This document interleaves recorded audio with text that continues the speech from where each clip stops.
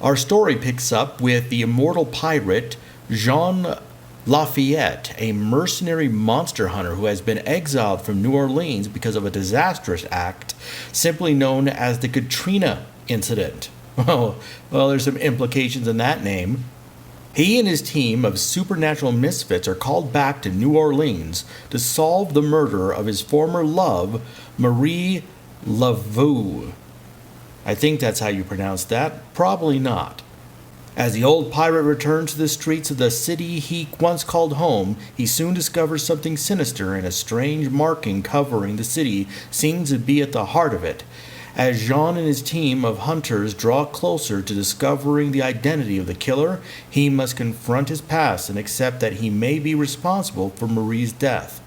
Now Jean must answer for his sins if he is to solve the case and save Marie's soul. I like the sound of this. And Anthony Figaro, he's actually from New Orleans.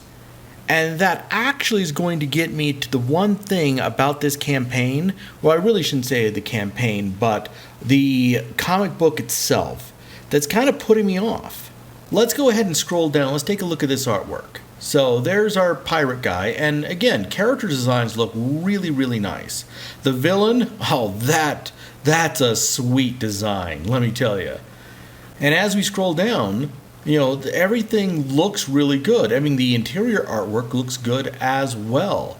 But there's one thing about this book, at least from the interior artwork I've seen so far, that is really, really missing.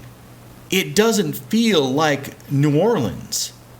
I mean, when I think about New Orleans, I really think a lot about the cityscape. I think about the environment, that thing that is so unique to New Orleans as a place to visit, as a place to go. But all the backgrounds that I've seen so far for this comic do not invoke anything of the environment of New Orleans. And New Orleans is like a character unto itself. And when I read a book that's supposed to be about New Orleans, I expect the city to have that character. But I'm not seeing any of that. The artwork just gives me this feeling of, generic X-Men. Which is a shame because all the character artwork and character designs look amazing.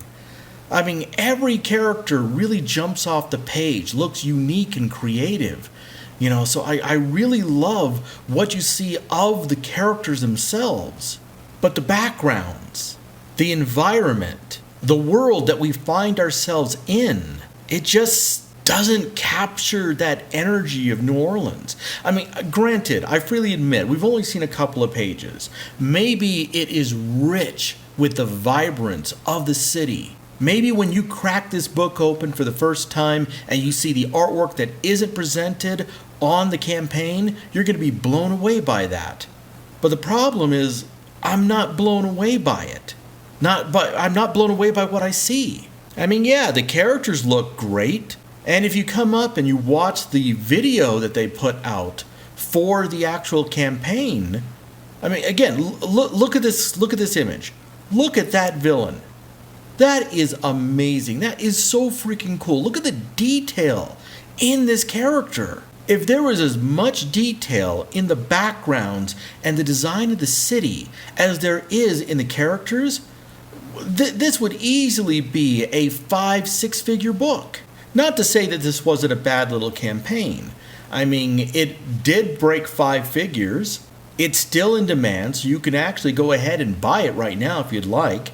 I'm just really hoping that when I get my copy of this book, that it actually is going to be more vibrant as far as the cityscape and the environmental designs, the backgrounds.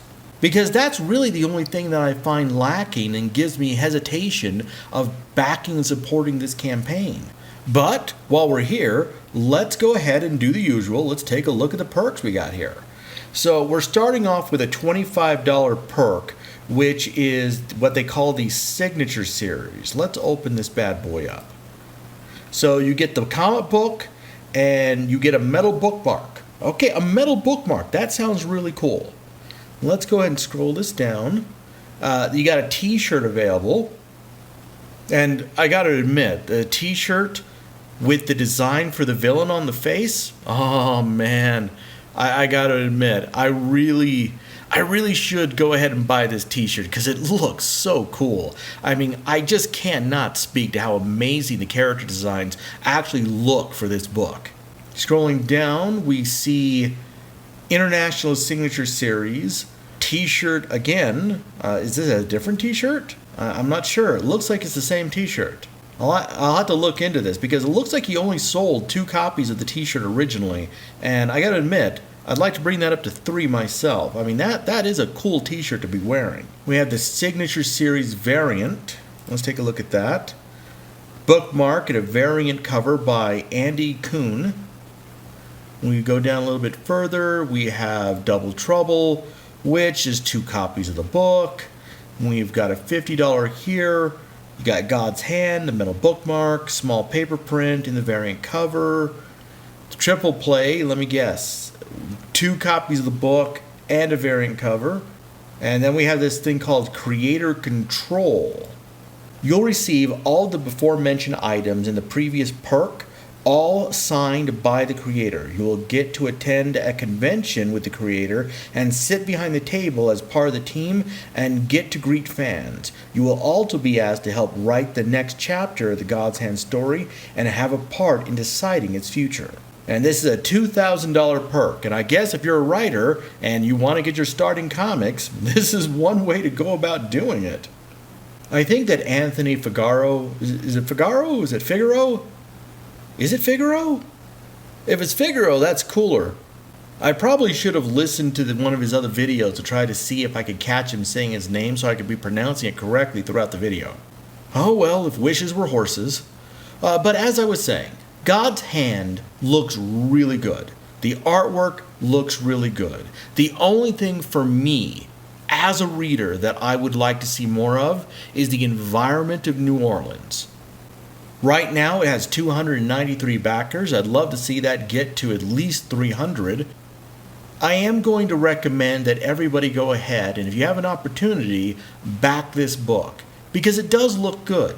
And I really hope that when I actually get my copy of God's Hand, that the backgrounds are just going to blow me away because the foregrounds with the character design already have. And I think it'll be the same for you too. Back God's Hand on IndieGogo today.